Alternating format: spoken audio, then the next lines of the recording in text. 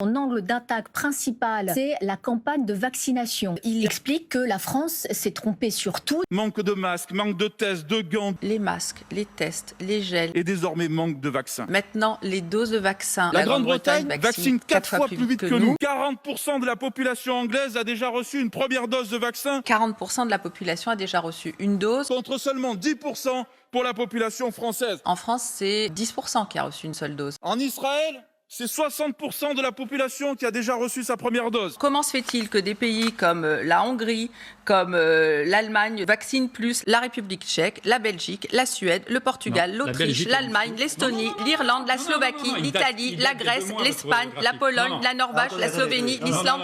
Je continue ? Non, mais tout ça est faux. Ah bon ? Réponse ferme du ministre de la Santé. Je me contrefous de savoir s'il y a 3 pays ou 5 pays ou 8 pays qui ont plus vacciné. Je me contrefous de savoir s'il y a 3 pays ou 5 pays ou 8 pays qui ont plus vacciné.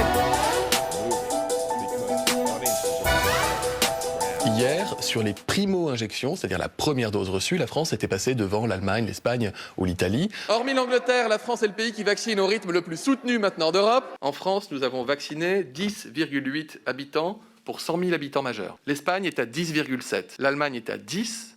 L'Italie est à 9,8. Donc vous voyez qu'on est dans un mouchoir de poche, mais je crois qu'on ne peut pas, en tout cas on ne peut plus dire, que la France serait derrière ses homologues européens en matière de couverture. Et quand on regarde dans les détails, c'est là que ça devient encore plus intéressant, parce que l'âge moyen du patient vacciné en France est plus élevé que chez la plupart de nos voisins. Je me contrefous de savoir s'il y a 3 pays ou 5 pays ou 8 pays qui ont plus vacciné. La question c'est que faisons-nous des doses qui nous sont attribuées ?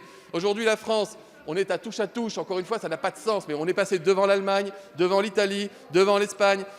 Ceux qui parlaient d'un retard après 5 jours de vaccination au début janvier voient aujourd'hui que non seulement il n'y a pas de retard, mais qu'en plus nous avons les patients les plus âgés vaccinés, que 92% des résidents en EHPAD sont protégés, et que la mortalité baisse dans notre pays grâce à la vaccination, là où elle continue d'augmenter dans certains pays qui ont démarré peut-être 5 jours plus tôt, mais qui ont vacciné au tout venant, sans prioriser les personnes les plus fragiles.